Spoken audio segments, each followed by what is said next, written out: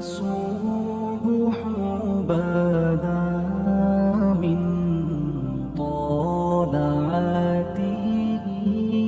پھر حضرت نوح علیہ السلام اور ان کی قوم کے حالات بیان ہوئے کہ نوح علیہ السلام نے جب اپنی قوم کو توحید کی دعوت دی اور انکار پر عذاب الہی سے ڈرایا تو قوم کے سرداروں نے ان سے کہا، بھلا کیا کہا؟ کہنے لگے آپ تو ہم جیسے بشر ہیں، تو ہماری طرح ہی ہیں آپ، اور آپ کے پیروکار پسماندہ یعنی غریب لوگ ہیں اور کم عقل لوگ ہیں. ہماری رائے میں آپ کو معاذ اللہ ہم پر کوئی فضیلت حاصل نہیں، بلکہ معاذ اللہ ثم معاذ اللہ.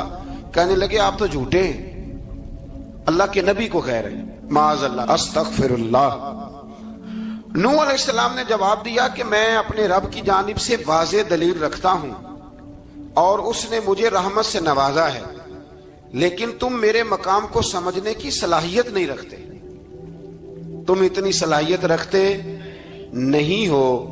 اور پھر ارشاد فرمایا کہ میں تم سے دعوت حق کے صلے میں کسی اجر کا طلبگار نہیں ہوں اور نہ ہی میں اہل ایمان کو اپنے پاس سے دھتکارنے والا ہوں، اور میں نے یہ دعویٰ بھی نہیں کیا کہ میرے پاس اللہ کے خزانے ہیں، اور نہ میں از خود غیب جاننے والا ہوں، اور نہ ہی میں یہ کہتا ہوں کہ میں فرشتہ ہوں، نہ میں یہ کہتا ہوں کہ جن لوگوں کو تم اپنی نظروں میں حقیر جانتے ہو اللہ انہیں خیر سے نہیں نوازے گا. فرمایا یہ ٹھیک ہے کہ اللہ بشروں میں سے رسول بناتا ہے، پر جسے بناتا ہے پھر اسے بڑی شانیں عطا فرماتا ہے. پہلے دن سے انسان کا یہ مسئلہ ہے، پہلے دن سے انسان کا یہ مسئلہ ہے کہ وہ کہتا ہے میں انسان سے ہدایت حاصل کروں، لیکن رب نے بھی قانون بنایا ہے کہ اللہ تبارک و تعالی بندے پر ہی وحی فرماتا ہے. فرشتوں اور جنوں کو اللہ نے اس منصب کے لیے منتخب نہیں فرمایا. قوم نوح نے کہا کہ آپ نے ہم سے بہت بحث کی معاذ اللہ، بس جس عذاب سے آپ ہمیں ڈرا رہے ہیں وہ لے آئیے. تو نوح علیہ السلام نے کہا کہ اللہ چاہے گا تو تم پر عذاب بھی آ جائے گا. آیت نمبر 37 سے 47 میں بتایا کہ اللہ تعالیٰ کی طرف سے نوح علیہ السلام کو حکم ہوا کہ ہماری نگرانی میں اور ہماری وحی کے مطابق آپ کشتی بنائیے اور ظالموں کے بارے میں ہم سے کوئی بات نہ کریں. حضرت نوح کی خواہش تھی کہ یا اللہ انہیں بھی معاف کر دے. فرمایا یہ ظالم ہے تو میرے نبی ان کے بارے میں مجھ سے کوئی بات نہ کریں، وہ ضرور غرق ہو جائیں گے. پھر وہ کشتی بنانے لگے اور جب ان کی قوم کے سردار ان کے پاس سے گزرتے تو ان کا مذاق اڑاتے. یہ آپ کیا کر رہے ہیں؟ آج بھی وزیر مشیر بڑے بڑے لوگ اللہ ماشاءاللہ دینداروں کا مذاق اڑاتے نہیں؟ اڑاتے ہیں کہ نہیں اڑاتے مذاق؟ یہ کن کا طریقہ ہے؟ یہ تو قرآن مجید کہہ رہا ہے کہ حضرت نوح کی قوم جو کافر تھی ان کا طریقہ ہے اہل ایمان کا مذاق اڑانا. تو وہ مذاق اڑانے لگے. نوح علیہ السلام نے کہا کہ وہ وقت آنے والا ہے کہ جب تمہارا مذاق اڑایا جائے گا اور تمہیں پتہ چل جائے گا کہ رسوا کن عذاب کس پر آئے گا. اللہ تعالیٰ نے فرمایا جب ہمارا حکم عذاب آ پہنچا اور تندور ابلنے لگا، تندور سے آگ نکلا کرتی ہے، پانی نہیں نکلا کرتا، اور نوح علیہ السلام کی قوم پر جب عذاب آیا تو پانی تندور سے نکلا، تندور سے اللہ نے پانی نکالا، جہاں سے پانی نکلا نہیں کرتا. تندور ابلنے لگا. اللہ اکبر. تو اللہ تبارک و تعالیٰ نے فرمایا تو ہم نے نوح علیہ السلام سے کہا کہ آپ خود اور اپنے گھر والوں کے ساتھ اس کشتی میں سوار ہو جائیں اور اہل ایمان کو بھی سوار کر لیں اور ہر چیز کے جوڑے یعنی نر اور مادہ کو سوار کر لیں. اور ان کے ساتھ ایمان والے بہت کم تھے. حضرت نوح علیہ السلام دعائیں پڑھتے ہوئے سوار ہو گئے. پھر کیا ہوا؟ کشتی انہیں پہاڑوں جیسی موجوں میں لے جا رہی تھی کہ نوح علیہ السلام الگ کھڑے ہوئے اپنے بیٹے سے فرمانے لگے بیٹے ہمارے ساتھ کشتی میں سوار ہو جا اور کافروں کے ساتھ نہ رہو. اس نے یعنی نوح علیہ السلام کے بیٹے نے کہا کہ میں آپ کے ساتھ نہیں بیٹھوں گا، ابھی کوئی پہاڑ آئے گا تو میں پہاڑ کی پناہ لے لوں گا. اگر کسی نیک آدمی کا بیٹا کبھی غلط نکل آئے تو اس کا مطلب یہ نہیں کہ اس نے تربیت ٹھیک نہیں کی. ہاں یہ اعتراض چھوڑ دیں، اس لیے کہ نوح علیہ السلام کا بیٹا کافر ہو گیا اور جب سیلاب نظر آیا تو اس سے کہا کہ آجا سوار ہو جا، تو کہنے لگا میں نہیں بیٹھوں گا، میں تو کسی پہاڑ کی پناہ لے لوں گا اور میں اس کے اندر چھپ جاؤں گا اور وہ پہاڑ مجھے پانی سے بچا لے گا. نوح علیہ السلام نے کہا آج اللہ کے حکم کے سوا کوئی بچانے والا نہیں ہے سوائے اس کے جس پر اللہ رحم فرمائے۔ پھر ان دونوں کے درمیان موج حائل ہو گئی، ایسے ایک موج اٹھی اور حضرت نوح کا بیٹا ڈوب گیا۔ اور جب حضرت نوح کا بیٹا ڈوبا، اللہ کی طرف سے حکم ہوا اے زمین اپنا پانی نگل لے، اے آسمان تھم جا، پانی خوش ہو گیا۔ اللہ کا فیصلہ نافذ ہو گیا اور کشتی کوہ جودی پر ٹھہر گئی۔ نوح علیہ السلام نے اللہ سے التجا کی، کیا میرے پروردگار میرا بیٹا اور میرے اہل سے ہے، اور تیرا وعدہ سچا ہے کہ تم میرے اہل کو بچا لے گا۔ اللہ نے فرمایا نوح وہ آپ کے اہل میں سے ہے ہی نہیں، وہ آپ کے اہل میں سے ہے ہی نہیں۔ اہل میں سے وہ ہوگا جو آپ کے طریقے پہ چلے گا، جو طریقے پہ نہ چلے وہ نسل میں سے ہے ہی نہیں، وہ ختم ہو گئی بات۔ اللہ اکبر۔ اس کے اعمال ٹھیک نہیں، جس بات کی حقیقت کا آپ کو معلوم نہ ہو اس کے بارے میں سوال نہ کریں۔ تو نوح علیہ السلام نے اللہ تعالیٰ سے اپنی اس اجتہادی خطا پر مغفرت اور رحم کی دعا کی۔ پھر طوفان نوح تھم جانے کے بعد وہ سلامتی کے ساتھ اتر گئے۔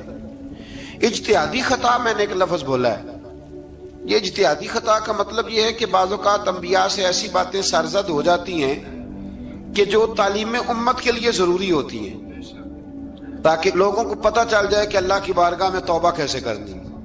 اگر وہ لوگ توبہ نہ کرتے تو ہمیں توبہ کے طریقے سمجھ میں، یعنی ان سے اجتہادی خطا ہو گئی، کہنے میں کرنے میں کوئی ایسی بات ہو گئی جو بظاہر اللہ تعالیٰ کی رضا والی، تو فوراً معافی مانگ لیتے تھے۔ لیکن اب امتی اٹھ کے کہے کہ نبی گناہ گار ہے معاذ اللہ۔ حضرت آدم نے دعا مانگی تھی نا، ربنا ظلمنا انفسنا، اے اللہ ہم نے اپنی جانوں پر ظلم کیا۔ انہوں نے کہا تھا تو اگر کوئی بندہ حضرت آدم کو ظالم کہے گا تو کافر ہو جائے گا، تو اگر وہ کہے کہ وہ تو خود کہہ رہے ہیں، ایک بندہ اڑ جاتا ہے کہتے ہیں جو خود کہہ رہے ربنا ظلمنا، تو خدا کے بندے وہ اللہ کے نبی ہیں، وہ رب سے کہہ رہے ہیں، وہ عاجزی کے طور پر کہہ رہے ہیں۔ کچھ لوگ اڑ جاتے کہتے ہیں خود حضور نے کہا ہے جی انا بشر مثلکم، میں تمہاری طرح کا بشر ہوں، خود نبی پاک نے کہا ہے۔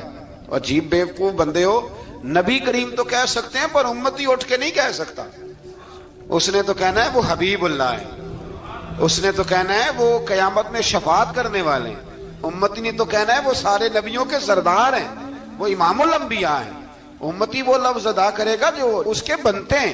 اب کوئی بندہ اٹھ کے کہہ دے دیکھے نا، ایک بہت بڑا عالم تقریر کرتے ہوئے کہہ جی میں تو ان پڑھ آدمی ہوں، تو اس کا شاگرد کہے کہ استاد جی قسم اٹھائے ہاں آپ نے تقریر میں کہا نہیں میں ان پڑھ ہوں، آپ تو ان پڑھ ہے۔ تو یہ بات ادب ہے کہ بے ادبی ہے؟ چلیں اس سے آگے چلتے ہیں، یہ بھی ذرا مشکل سے سمجھ میں آئے گی۔ ایک اور بات جو جلدی سمجھ میں آ جائے گی، ایم این اے جب اعلان کرتا ہے، تقریر کرتا ہے، الیکشن لڑتا ہے تو کہتا نہیں میں قوم کا خادم ہوں، کہتے ہیں نا کہ میں قوم کا خادم سے آپ کیا کچھ کراتے ہو؟ سارے کام کراتے ہیں نا۔ خادم کو بندہ یہ بھی کہہ لیتا ہے کہ جھاڑو دے دے گلی میں، کہتے ہو کہ نہیں کہتے؟ تو اس نے بھی تو سپیکر میں کہا میں خادم ہوں، کہو اس سے کہ جھاڑو دے گلی میں آ کے، پھر پتہ کیا حال ہوگا؟ جھاڑو تو نہیں آئے گا اور ہو سکتا ہے کچھ ہے آ جائے۔ تو اس لیے اب کوئی بندہ کہے جی انہوں نے خود کہا ہے، تو ایک کچھ پوری جماعت ہے لوگوں کی جو بات کو سمجھتی نہیں، کہتے ہیں خود کہا ہے میں بشر ہوں، انہوں نے خود کہا ہے میں غیب نہیں جانتا، انہوں نے خود کہا ہے میرے پاس خزانہ کوئی نہیں، انہوں نے خود کہا ہے میرے پاس کوئی شے نہیں۔ تو اس لیے آپ سمجھیں کسی کے لفظوں پر اگر آپ گرا لگا کے بیٹھیں گے تو پھر اس سے بے ادبی ہوگی۔ تو نوح علیہ السلام نے اللہ سے اپنی اجتہادی خطا کی معافی مانگی۔ اب حضرت نوح کو کوئی خطا کار کہے گا تو بہت بڑا مجرم بن جائے گا، اس لیے کہ وہ اللہ کے نبی ہیں۔ آیت نمبر 50 میں قوم عاد کا ذکر ہے اور ان کی طرف دعوت توحید دینے کے لیے اللہ تعالیٰ نے حضرت ہود علیہ السلام کو بھیجا۔ ہود علیہ السلام نے قوم سے کہا کہ میں تم سے کسی چیز کا اجر طلب نہیں کروں گا، میرا اجر میرے اللہ کی بارگاہ میں ہے، بس تم اپنے رب سے بخشش مانگو، پھر اس کی بارگاہ میں توبہ کرو، اللہ تعالیٰ تم پر موسلا دھار بارش برسائے گا اور تمہاری قوت میں اضافہ فرمائے گا۔ قوم عاد نے دعوت حق کو رد کیا اور ایمان نہ لائے، بلکہ ہود علیہ السلام پر طنز کیا۔ وہ کہنے لگے کہ ہمارے تو معبودوں نے، ہمارے بتوں نے معاذ اللہ آپ کو پاگل بنا دیا ہے، آپ کو مجنون بنا دیا ہے۔ الٹا حضرت ہود کو کہنے لگے اس لیے آپ ایسی باتیں کرتے ہیں۔ ہود علیہ السلام نے کہا میں اللہ کو گواہ بناتا ہوں اور تم بھی گواہ رہنا کہ میں تمہارے شرک سے بری ہوں اور میں اللہ پر توکل کرتا ہوں اور میں نے رسالت کا حق ادا کر دیا ہے۔ آیت نمبر 58 میں اللہ تعالیٰ نے فرمایا جب ہمارے عذاب کا وقت آ گیا تو ہم نے اپنی رحمت سے ہود اور ان کے ساتھ مومنوں کو نجات عطا کی۔ قوم عاد نے اللہ کی نشانیاں اور رسولوں کو جھٹلایا اور دنیا اور آخرت میں لعنت کے حقدار ہوئے۔ آیت نمبر 61 میں پھر سے حضرت صالح علیہ السلام اور ان کی قوم سمود کے حالات کو بیان کیا گیا ہے۔ حضرت صالح نے کہا ہے میری قوم اللہ وحدہ لا شریک کی عبادت کرو، اس سے بخشش طلب کرو، اس کی بارگاہ میں توبہ کرو، اس نے تمہیں زمین سے پیدا کیا ہے، اس پر آباد کیا ہے۔ جواب دیا ہے صالح ہمارے آباء و اجداد کے معبودوں کی عبادت کو روکنے سے پہلے ہمیں آپ سے بڑی امیدیں تھیں اور اب آپ ہمیں روکنے لگ گئے ہیں باپ دادا کے دین سے، لیکن اب ہمیں آپ کی دعوت کے بارے میں شکوک ہیں۔ صالح علیہ السلام نے اپنی قوم سے کہا کہ یہ اللہ کی اونٹنی ہے اور یہ تمہارے لیے نشانی ہے، اسے چرنے کے لیے آزاد چھوڑ دو اور اسے تکلیف نہ دینا۔ اللہ اکبر، ورنہ تمہیں عذاب پہنچے گا۔ انہوں نے اونٹنی کی کونچیں کاٹ ڈالی۔ صالح علیہ السلام نے کہا تم صرف 3 دن اپنے گھروں میں مزے اٹھا لو، 3 دن، پھر اللہ کا یقینی عذاب آئے گا۔ پھر ایک چنگاڑ نے ان کو آ دبوچا، وہ اپنے گھروں میں گھٹنوں کے بل اوندے پڑے رہ گئے۔ صرف صالح علیہ السلام ان کے ساتھ اہل ایمان اس عذاب سے بچے۔ یہ 3 قوموں کا ذکر ہو گیا، نوح علیہ السلام کی قوم کا بھی، ہود علیہ السلام کی قوم کا بھی، اور حضرت صالح علیہ۔ آگے اللہ تبارک و تعالیٰ نے آیت نمبر 69 میں اس بات کا بیان فرمایا کہ حضرت ابراہیم علیہ السلام کے پاس فرشتے بشری شکل میں آئے، انسانی شکل۔ انہوں نے اجنبی مہمانوں کے لیے بچڑے کا بھنا ہوا گوشت تیار کرایا۔ آپ یقین کریں کچھ باتیں لوگ ایسی بیان کرتے ہیں کہ جن کو نہ سن کے بندے کا دل کرتا ہے کہ اس بندے کو بتائیں کہ یار یہاں تو دین سارا پڑھ۔ ایک صاحب مجھے کہنے لگے جی میں ایک پیر صاحب کے پاس گیا تھا تو بڑی مرغن غذائیں تھیں، انہوں نے میری بڑی خدمت کی پر مجھے نہیں اچھا لگا، پیروں کو چاہیے سادی روٹی رکھیں۔ میں کہ تو پیراں واسطے لسٹ بنا خاں انہوں نے کس طرح نہ ہونا چاہیے۔ یہ بہت بڑی مصیبت ہے۔ اگر آپ سادہ کھانا کھلا دیں تب بھی اعتراض ہے، اچھا کھلا دیں کہنے رولا ہے کوئی پیر چوکھے مالدار، دونوں طرف سے مسئلہ۔ تو کہنے لگا جی نہیں پیروں کا کیا کام ہے، وہ کڑائیاں اور وہ سارے۔ تو پھر میں نے انہیں کہا کہ آپ اس طرح کریں، گھر جا کے نا تو 12ویں سپارے کی تلاوت کریں۔ حضرت ابراہیم نے اپنے مہمانوں کے لیے بھونا ہوا کھانا تیار فرمایا تھا۔ تو آپ کیا کہیں گے کہ حضرت ابراہیم درویش نہیں تھے؟ عجیب بات ہے بھائی، آپ ہر بات میں اڑ جاتے ہیں۔ دین ہم نے وہ لینا ہے جو اللہ کا قرآن ہمیں دیتا ہے اور رسول اللہ کی حدیث ہمیں دیتی ہے۔ جب انہوں نے دیکھا کہ مہمان کھانے کی طرف ہاتھ نہیں بڑھا رہے تو ان کو ڈر محسوس ہوا۔ حضرت ابراہیم کو فرشتوں نے کہا کہ ہمیں قوم لوط علیہ السلام کے عذاب کے لیے بھیجا گیا ہے۔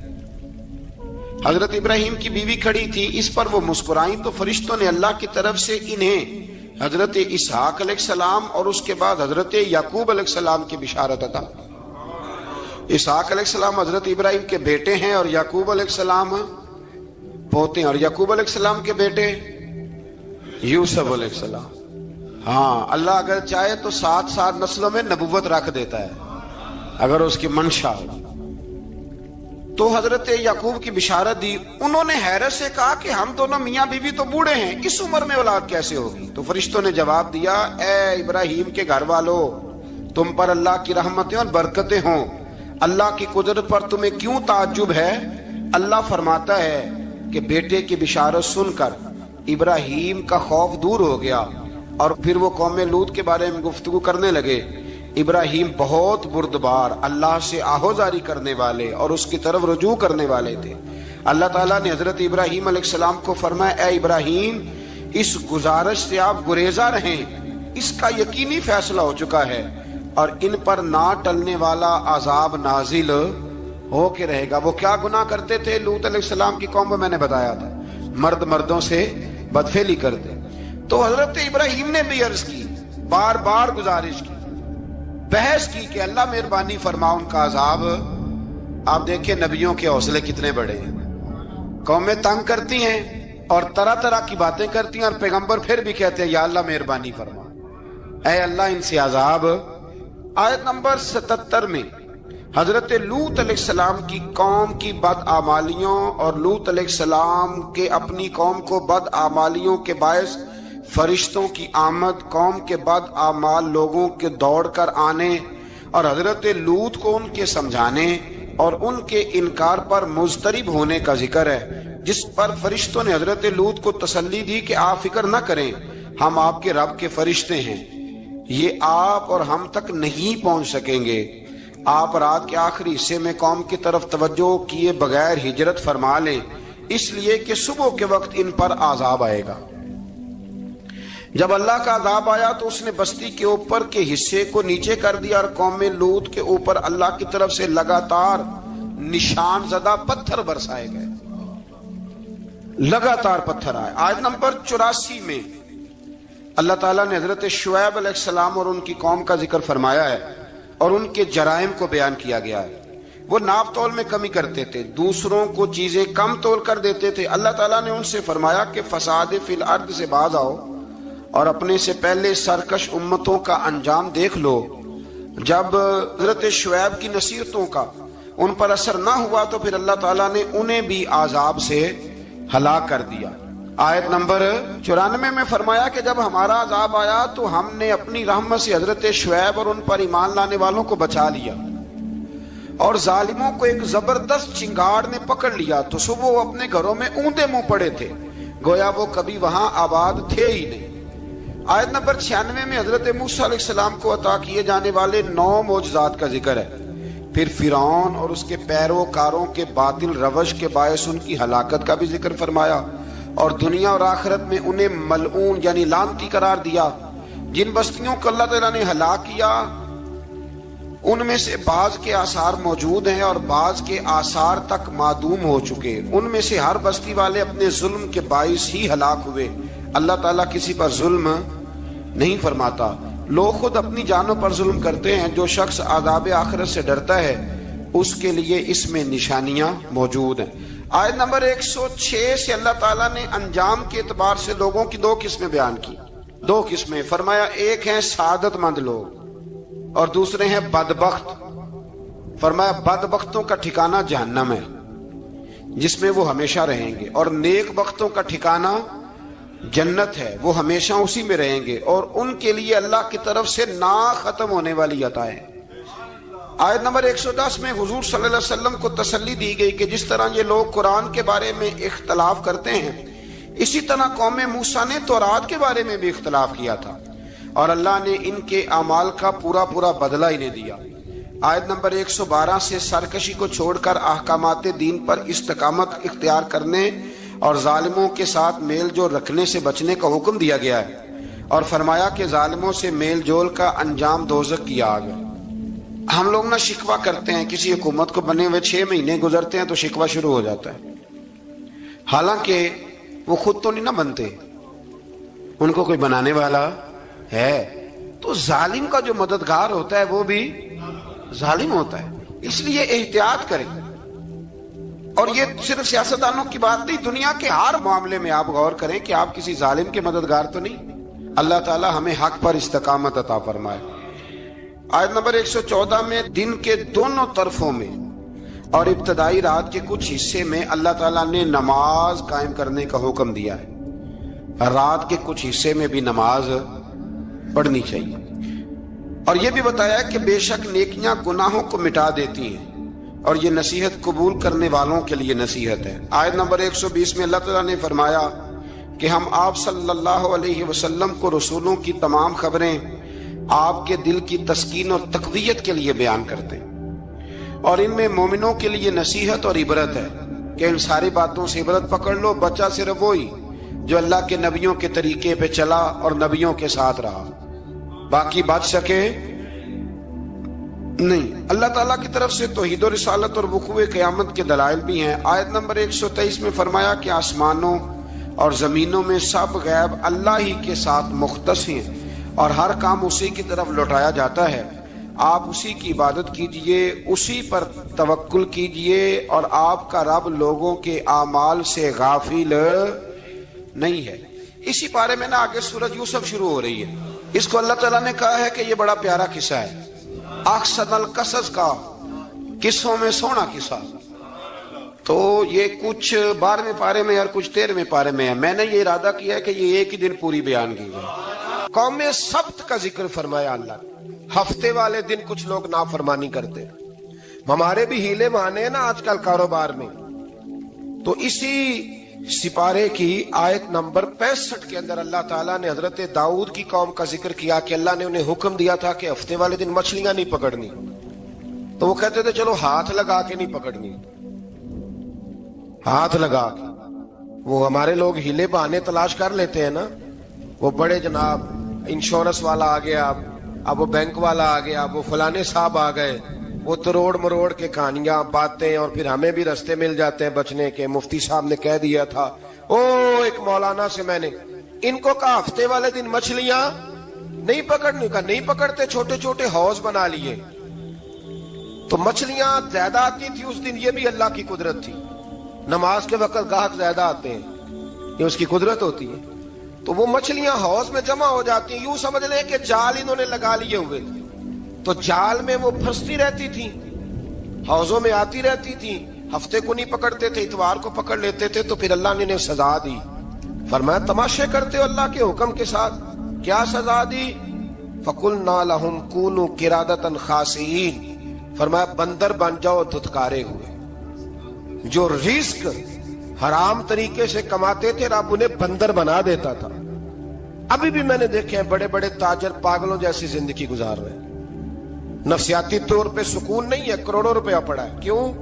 اس لیے کہ رب کے بتائے ہوئے طریقے کے مطابق تجارت نہیں کرتے. آگے ایک اور دلچسپ بات آ گئی. بنی اسرائیل کے اندر نا ایک شخص نے اپنے چچا کو قتل کر دیا جائیداد کے لیے. یہ دیکھیں کب سے لوگ جائیداد کے لیے قتل کرتے آ رہے ہیں. چچا کو قتل کر دیا, اور قتل کر کے حضرت موسیٰ علیہ السلام کے پاس آئے کہ میرے چچا کو کسی نے قتل کر دیا ہے, تو بتائیں کیا کرنا ہے. تو آپ نے فرمایا کہ گائے ذبح کرو, اور اس کا ایک ٹکڑا مقتول کو مارو, مرنے والے کو. وہ خود اٹھ کے بتا دے گا مجھے کس نے قتل کیا ہے. اب ارادہ نہیں تھا گائے ذبح کرنے کا, تو بہانے کرنے لگے. ارادہ نہیں نہ ہوتا تو پھر کیا ہوتے ہیں, کہنے لگے گائے کس طرح کی ہو, بوڑھی ہو کہ بچی ہو, رنگ کیسا ہو, جوان ہو کہ چھوٹی ہو, حال میں ایک دفعہ چلنا سیکھ گئی ہو یا ابھی نہ سیکھی ہو. تو بتاتے گئے تو رب بھی شرطیں بیان کرتا گیا. گہرے زرد رنگ کی ہو, حال کے اندر اسے نہ چلایا گیا ہو, پانی نہ نکالا گیا ہو, نہ بچی ہو نہ جوان ہو, اس کے درمیان ہو. یہ ساری شرطیں کہاں پائی جاتی تھی؟ حضرت موسیٰ علیہ السلام کی قوم کا ایک شخص تھا جو اللہ کا ولی تھا. وہ جب انتقال کرنے لگا نا, اللہ اکبر, دیکھو رب ولیوں کی اولادوں پر بھی کتنا فضل فرماتا ہے. وہ جب انتقال کرنے لگا تو ایک اس کے پاس چھوٹی سی بچیا تھی, گائے کی بچی. اس نے جنگل میں چھوڑ دی. کہنے لگا یا اللہ میں تیرے نام پہ چھوڑتا ہوں, میرا بچہ جوان ہو جائے تو اسے دے دینا, اور تو سرمایہ ہی کوئی نہیں. بچہ بڑا ہوا تو بچہ بھی بڑا نیک تھا, اپنی ماں کا بڑا فرما بردار تھا. اس کی ماں نے کہا بیٹا تیرے باپ نے ایک گائے چھوڑی تھی. تو بچہ جنگل میں گیا اور جا کے کہنے لگا اے اللہ میری گائے مجھ سے ملا دے. تو رب کریم نے وہ گائے واپس کر دی. وہ گائے گھر لے آیا. اب وہ کہنے لگا اماں بیچ دوں, تو اماں کہنے لگی بیٹا میرے پوچھے بغیر نہ بیچنا. کئی دفعہ گاہک لگے پر اس نے کہا جب تک میری اماں نہ کہے گی میں بیچوں گا. ادھر بنی اسرائیل والے شرطیں جتنی گائے کے بارے میں پوچھ چکے تھے وہ ساری اسی گائے میں پائی جاتی تھی. تو یہ ڈھونڈتے ڈھونڈتے وہاں پہنچ گئے. تو کہنے لگے گائے چاہیے. تو اس نے کہا بھی تمہاری مرضی سے نہیں, قیمت میری مرضی کی. ایک مفسر نے تو یہاں تک لکھا ہے کہ اس نے کہا گائے ذبح کر کے نا, تو جتنا گائے کے اندر گوشت ہوگا نا اتنا ہی کھال کے اندر تو مجھے مال بھر کے دو گے, اتنے ہی سکے بھر کے دو گے, اتنی اشرفیاں بھر کے دو گے, تو پھر تمہیں گائے دوں گا. تو پھر یہ گائے انہیں ملی اور یہ گائے لے کر کے آئے. زیادہ سوالات نہ کرتے تو زیادہ الجھتے نہ. ہم بھی دین کے معاملے میں بڑے سوال جواب کرتے ہیں, اتنا سوال کریں جتنی اس کی ضرورت ہے. ان لوگوں نے سوالات زیادہ کیے تو پھر الجھ زیادہ گئے. تو میرے بھائی اس کا ذکر بھی اللہ تبارک و تعالیٰ نے پہلے پارے کے اندر بیان فرمایا. پھر اللہ کریم نے فرمایا کہ کچھ ایسے لوگ بھی ہیں یہودیوں میں سے جن کا دعویٰ ہو گیا ہے کہ ہم اللہ کے بڑے پیارے ہیں. فرمایا یہ صرف ان کے منہ کی باتیں ہیں, یہ تو قیامت میں پتہ چلے گا نا کہ اللہ کا پیار کس کے ساتھ زیادہ ہے. اور پھر یہ بھی یہودیوں نے دعویٰ کیا ہے. اسی پارے میں اللہ فرماتے ہیں کہ ان کا دعویٰ ہے کہ ہم اللہ کے بڑے پیارے ہیں, جنت میں ہم ہی جائیں گے. تو اللہ فرماتے ہیں پھر مرنے کی دعا تو کرو.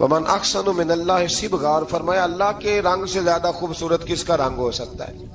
اللہ کا رنگ کیا ہے؟ لا الہ الا اللہ محمد الرسول اللہ صلی اللہ علیہ، فرمایا نیلے پیلے کالے رنگ نہ چڑھاؤ، اپنے ذہن پر توحید و رسالت کا رنگ چڑھاؤ، یہ سب سے بہترین رنگ ہے۔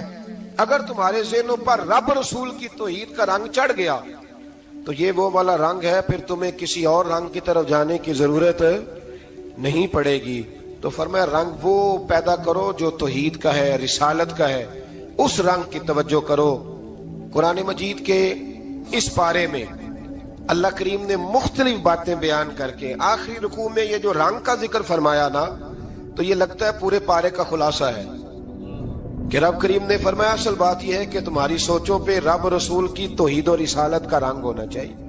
وہ ایک دفعہ مسلمہ کذاب بے ایمان کہنے لگا میں نے بنا لیا ہے قرآن پاک کا جواب، معاذ اللہ۔ جواب کیا بنایا؟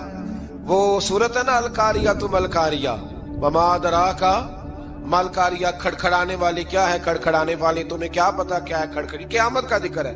کہنے لگا میں نے اس جیسی صورت بنا لیا، تو کیا بنایا؟ الفیل ملفیل، وما ادراک ملفیل۔ کہنے لگا ہاتھی، تمہیں کیا پتا کیا ہاتھی؟ تم کیا جانو کیا ہاتھی؟ تو پاس جو اس کے اپنے بیٹھے تھے نا چیلے، کہنے لگے چپ کر جا، سارے زمانے کو پتا ہاتھی کیا ہوتا ہے۔ تو پاگل ہے، اس کے دو کان ہوتے ہیں، ایک سونڈ ہوتی ہے، چار اس کے پیر ہوتے ہیں۔ بیوقوف آدمی قرآن کا مقابلہ کرنا ہے تو وہ چج کے ساتھ کر، پاگلوں کی طرح مقابلہ کرے گا، جوتے کھائے گا بھی، ہمیں بھی پڑھوائے گا۔ تو قرآن مجید کا کوئی مقابلہ کر سکا؟ تو اس آیہ مبارکہ میں اللہ نے کافروں کو یہ کہا اگر مقابلہ نہیں کر سکتے تو پھر اللہ سے ڈرو، ورنہ دوزخ میں ڈالے جاؤ گے، وہ جس کا ایندھن آدمی اور پتھر ہے، اور بنائی بھی کافروں کے لیے گئی ہے۔ اعدت للکافرین، جہنم کس کے لیے بنائی گئی ہے؟ کافروں اور منافقوں کے لیے۔ مسلمانوں کے لیے بنائی گئی، مسلمان مرضی سے چھلانگے لگائیں تو ان کی موج ہے، ورنہ ان کے لیے جہنم، ان کے لیے اللہ نے جنت بنائی ہے۔ اور یہ بات کرتے ہی رب کریم نے فرمایا اے محبوب علیہ الصلوۃ والسلام، مومنوں کو خوشخبری دے دیں کہ اللہ نے ان کے لیے جنت بنائی ہے، اس میں باغات ہیں، انہیں رزق دیا جائے گا کھانے کے لیے، اور اس میں انہیں پاکیزہ بیویاں دی جائیں گی، اور پھر وہ اس میں ہمیشہ رہیں گے، انہیں اس سے نکالا نہیں جائے گا۔ آگے جو آیات کریمہ ہے نا، اس کے اندر اللہ تبارک و تعالیٰ نے فرمایا ہے کہ اللہ حیا نہیں کرتا سمجھانے کے لیے مچھر کی مثال بھی دینی پڑے۔ فرمایا قرآن سے کچھ لوگ ہدایت حاصل کرتے ہیں اور کچھ گمراہ ہو جاتے ہیں۔ جب لوگ اپنی مرضی کی تشریحات چاہتے ہیں تو گمراہ ہوتے ہیں، اور جب قرآن کو رسول اللہ صلی اللہ علیہ وسلم اور امت مسلمہ کی تشریحات کی روشنی میں سمجھتے ہیں تو پھر اللہ ہدایت عطا فرماتا ہے۔ پھر اللہ تبارک و تعالیٰ نے آگے ارشاد فرمایا حضرت آدم کی پیدائش کا واقعہ۔ کچھ مفسرین نے لکھا اللہ نے مشورہ کیا تھا فرشتوں سے، وَإِذْ قَالَ رَبُّكَ لِلْمَلَائِكَةِ إِنِّي جَاعِلٌ فِي الْأَرْضِ خَلِيفَةً، لیکن کچھ مفسرین کہتے ہیں کہ اللہ کو ضرورت نہیں فرشتوں سے مشورہ کرنے کی، اللہ نے فرشتوں سے مشورہ نہیں کیا، بلکہ رب نے انہیں آگاہ فرمایا تھا کہ میں لگا ہوں زمین پہ اپنا نائب بنانے، میں خلافت دینے لگا ہوں زمین پہ۔ اب یہ تو دینے والی کی مرضی ہے نا، اس نے کس کو دینی ہے، یہ تو دینے والے کی مرضی ہے نا، اس نے۔ تو کچھ لوگ کہتے ہیں کہ دینے والے سے زیادہ ہمیں پتہ ہے۔ تو فرشتوں کو بھی یہ اجتہادی خطا ہو گئی، کہنے لگے یا اللہ اسے نہ بنانا، یہ فساد کرے گا، یہ خون ریزیاں کرے گا۔ تو اللہ نے فرمایا جو میں جانتا ہوں وہ تم، اللہ اکبر۔ امام راضی فرماتے جب رمضان آتا ہے تو اللہ فرشتوں سے کہتا ہے ذرا یہ کھول کے دروازے دیکھو نا یہ زمین پہ کیا کر رہے ہیں، تم تو کہتے تھے فساد کریں گے اور یہ سارے تراویحیں پڑھ رہے ہیں، تم تو گویا کہتے تھے فساد کریں گے اور یہ تو دیکھو گویا رمضان کے روزے رکھ رہے ہیں، یہ تو میری یاد میں نکلے ہوئے، تم کچھ کہتے تھے اور دیکھو میں نے تمہیں کہا تھا نا جو میں جانتا ہوں وہ تم۔ اللہ نے پھر حضرت آدم علیہ السلام کو تمام زمانے کے علوم عطا کیے، علم سکھا لیا۔ تو فرشتوں سے کہا تم بھی ان چیزوں کے نام بتاؤ، تو وہ بتا سکے نہیں۔ اللہ نے فرمایا اب اس طرح کرو آدم کو سجدہ کرو، سب نے سجدہ کیا سوائے، وہ کہنے لگا یا اللہ صرف تجھے ہی کرنا ہے، کرنا بھی صرف اللہ کو چاہیے، پر رب کے آگے بھی جھکنا چاہیے، اور جس کے سامنے رب جھکائے نا وہاں بھی۔ اور یہ جو عاجزی ہے نا، یہ جو جھکنا ہے یہ علم کے آگے ہے، ہماری مصیبت یہ ہے کہ ہم علم کے آگے بھی گردن جھکانے کو تیار نہیں ہوتے، وہاں بھی ہم خود عالم فاضل بن جاتے ہیں۔ تو فرمایا کہ سب سے کہا سجدہ کرو، سب نے سجدہ کیا سوائے ابلیس کے، تو پھر ہوا کیا؟ وَكَانَ مِنَ الْكَافِرِينَ، وہ کافروں میں سے ہو گیا۔ پھر اللہ نے حضرت آدم کو اور جناب حوا کو نا مقام دے دیا جنت میں رہنے کے لیے، اور کہا سارا کچھ کھانا، درخت کے قریب نہ جانا۔ ابھی آپ کسی سے کہہ دیں تھوڑا سا کہ پیچھے نہ دیکھنا، یعنی اگر میری سمجھ لیں ادب کی وجہ سے کوئی 1.5-2 منٹ یا 6 منٹ نہیں بھی نہ دیکھے گا تو سوچے گا ضرور کہ پتہ نہیں اب پیچھے کیا ہے، مصیبت کیا ہے۔ یعنی آپ کہہ کے دیکھ لیں کسی کو، پیچھے نہ دیکھنا، فطرت ہے نا انسان کی، وہ جستجو کرتا ہے، کہا اس درخت کے پاس نہ جانا۔ تو حضرت حوا سلام اللہ علیہا کہتے ہیں دل میں خیال رہتا تھا کہ آخر ہے کیا درخت کے پاس۔ یہی انسان کا عقیدہ توحید ہے کہ جہاں سے رب منع کر دے وہاں وہ منع ہو جائے، اور یہ ان کی خطا نہیں تھی، یہ اللہ کی حکمت تھی، چونکہ رب نے تو پہلے کہہ دیا تھا بنایا ہی زمین کے لیے، تو یہ تو سارا کچھ ہونا تھا تو زمین پہ آنا تھا نا۔ تو حضرت حوا اور جناب آدم کے پاس شیطان آیا، اب اس کو نکال تو دیا تھا پر ابھی اس کا جنت میں آنا جانا بند نہیں ہوا تھا، یہ بھی اللہ کی حکمت تھی۔ تو وہ کہنے لگا تمہیں پتہ ہے بعد میں مر جاؤ گے؟ تو حضرت حوا کہنے لگی کیا موت بھی آئے گی؟ کہاں، اس کی تکلیف بھی بڑی ہوگی، تو پھر بچیں گے کیسے؟ تو کہنے لگے پھل کھا لو اس درخت کا، تو بچنے کے لیے پھل کھایا تھا۔ اس طرح لوگ آج بہت سارے کام بچنے کے لیے کرتے ہیں پر بچ سکتے، بچنے کے لیے پھل کھایا تو اللہ نے فرمایا زمین پہ چلے جاؤ۔ تو حضرت آدم زمین پہ آئے، پھر کئی 100 سال روتے رہے۔ فَتَلَقَّى آدَمُ مِن رَبِّهِ کَلِمَاتٍ، تو پھر اللہ نے خود ہی جناب آدم کو کچھ کلمے سکھائے۔ علامہ اسماعیل لکی فرماتے ہیں وہ کلمے یہ تھے کہ حضرت آدم نے میرے نبی کا وسیلہ پیش کیا، اللہ کریم نے جناب آدم کی دعا کو مقبول فرما لیا۔ پھر آگے بنی اسرائیل کا ذکر آ جاتا ہے۔ اللہ تعالیٰ نے بنی اسرائیل، آج آپ اسی قوم کو یہودی کہتے ہیں، ان کو اللہ نے اس زمانے میں فضیلت عطا کی تھی بہت زیادہ۔ تو عرب کے اندر جب نبی پاک علیہ السلام نے اعلان نبوت کیا تو کچھ لوگوں نے یہ کہہ دیا کہ اگر یہ یہودی کلمہ پڑھ لیں گے تو ہم بھی پڑھ لیں گے۔ تو پھر اللہ نے انہیں یاد کرایا کہ تم اصل میں کیا ہو، تمہیں کلمہ پڑھنا چاہیے۔ تو اہل یہود کا تذکرہ کرتے کرتے رب کریم نے ایک بات یہ بھی ارشاد فرمائی کہ تم لوگوں کو تو کہتے رہے ہو کہ وہ نبی آنے والے ہیں، وہ نبی آنے والے ہیں، اور جب آ گئے ہیں تو ماننے کو تیار نہیں ہو۔ تو فرمایا تأمرون الناس بالبر وتنسون انفسکم وانتم تتلون الکتاب، لوگوں کو بھلائی کا حکم دیتے ہو اور اپنے آپ کو بھول جاتے ہو، افلا تعقلون، تمہیں عقل نہیں؟ پھر اللہ نے انہیں یہ بھی یاد کرایا کہ یاد کرو وہ زمانہ کہ جب فرعون نے خواب دیکھ لیا تھا کہ کوئی بچہ اس کی سلطنت کو تباہ کرے گا، تو پھر اس نے تمہارے بچوں کو ذبح کرانا شروع کیا اور تمہاری بیٹیوں کو چھوڑتا تھا۔ فرمایا یہ بھی تو تم نے دیکھا، میں نے تمہیں پھر تم سے کہا جہاد کرو قوم عمالقہ کے خلاف، تو مقام طیہ میں جا کے یہ لوگ کہنے لگے ہم سے جہاد نہیں ہوتا۔ اللہ نے انہیں ایک میدان میں قید کر دیا۔ بڑی دلچسپ بات، قید تو لوگ ہوتے ہیں نا چار دیواری میں، تو اللہ نے بنی اسرائیل والوں کو جب انہوں نے کہا ہم جہاد نہیں کریں گے تو اللہ نے میدان میں قید کر دیا۔ میدان میں، یہ یاد رکھیں، جب انسان اللہ کی نافرمانی کرتا ہے تو اسے ایسی قید ملتی ہے جس کا اس نے تصور بھی نہیں کیا ہوتا۔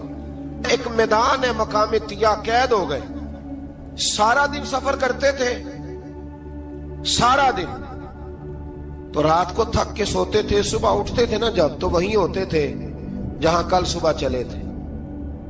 تو رب جب کسی کو قیدی بناتا ہے تو اسے زنجیروں کی، سلاخوں کی ضرورت ہے۔ دعا فرمائے اللہ تبارک و تعالی غموں سے نجات عطا فرمائے، یہ دعا فرمائے، ایسی قید دیتا ہے کہ جس سے پھر چھٹکارا ہو سکتا۔ تو بنی اسرائیل کا بہت زیادہ تذکرہ اس بارے میں اللہ تبارک و تعالی نے پھر بیان کیا، اور پھر کہا کہ انہیں جو حکم دیا جاتا تھا یہ اس کی سرتابی کرتے تھے، پھر اللہ نے ان پر ذلت نازل کر دی اور یہ ہمیشہ اس کا شکار ہے۔